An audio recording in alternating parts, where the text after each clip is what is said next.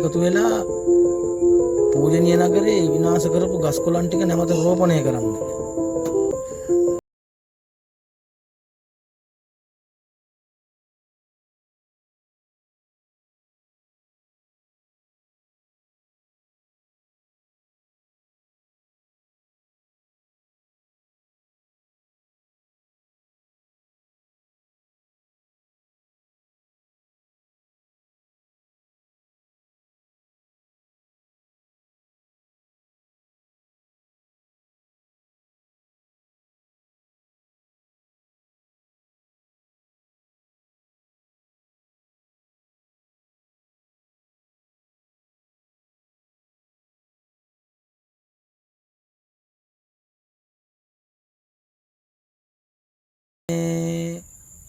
ශාකයන් දෙකක් රෝපණය කරා.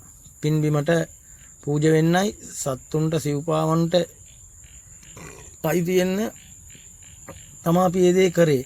අපි මින් ඉදිරියට මේ අපට හැකි උපරිම අයුරින් අපි ප්‍රජා සත්කාරයක් වශයෙන් අපි මේ ශාක හිටවනු රෝපණය කරනවා. පින්බිමේ අපි ශාක රෝපණය කරනවා. අපට පුළුවන් විදිහට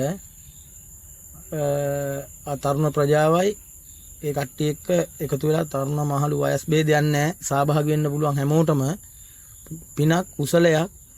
අනික මේ ආත්මය පෝෂණය කර ගැනීම. ඒක අපේ මිතුරියෝ අම්මලා තාත්තලා දෙමව්පියෝ සහෝදරයෝ හැමෝටම ඇවිල්ලා මේ පින්බිම ඕගොල්ලොන්ගේ කරගන්න. තමනුත් ඇවිල්ලා පුළුවන් විදියට පින්බිමේ ශාකයක් රෝපණය කරලා යන්න. ඕගොල්ලෝ ඇවිල්ලා ශ්‍රී මහා බෝධිය, රුවන්වැලි සෑය, මිරිසවැටිය, තූපාරාමය මේක ඇවිල්ලා බුදුන්ගේ දේශය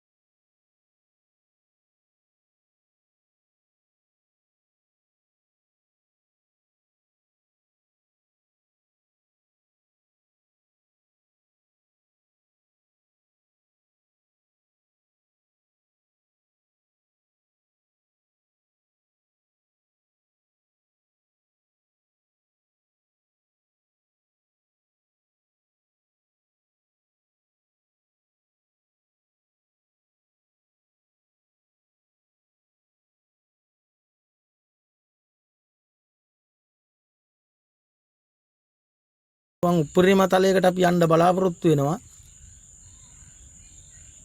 අපි ඇවිල්ලා යාළුවෝ 6-7 දෙනෙක්ගෙන් තමයි අපි මේක පටන් ගන්නෙ. බලනවා පිරිස උපරිම මට්ටමකට ගන්න උදව් කරන්න පුළුවන් අය අපි හා එක් වෙන්න ශ්‍රමයෙන් උදව් කරන්න පුළුවන් අය එන්න. අපි හැම ඉරිදටම ඔය හෝ තැනක පූජනීය නගරේ අපි ශාකයක් රෝපණය කරනවා. හැම ඉරිදටම අපි වැඩ කරන මිනිස්සු අපට නිමාඩු ඉරිදා පමණයි තියෙන්නේ. අපි එදින මාස 3ක් අපි හිටවු පැලවලට වතුර දානවා. දවස් දෙකෙන් දෙකට රැයට හවසට උළුවන් විදියට අපේ කවුරු යාළුවෙක් ගිහලා අර හිටවන ගස් ටිකට වතුර බාල්දියක් කෝප්පයක් හරි දානවා.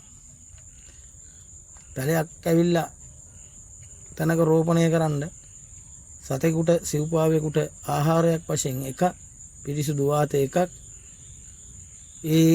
ඇවිල්ලා ඒ දේ පූජනීය නගරේ කරලා යන්න එන අය වන්දනාවකාවත් පුද්ගලික ඉඩමක හෝ අහලා හරි පැලයක් හිටවල යන්න තමන් පූජනීය නගරයට ආවා ගියා.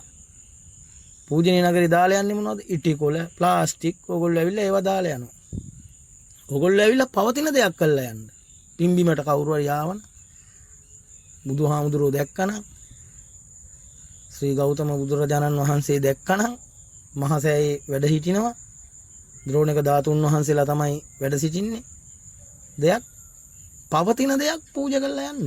පිම්බීමේ පුද්ගලික ඉඩමක හෝ තැන වැඩක් නැහැ. පූජනීය නගරේ ඇවිල්ලා පැලයක් හිටවන්න පුද්ගල ඉඩමින් අහන්න. දෙයි. බොහෝ පිරිසක් දෙයි. බොහෝ පිරිසක් ඉඩ දෙයි ඔබලාට පැලයක් රෝපණය කරන්න.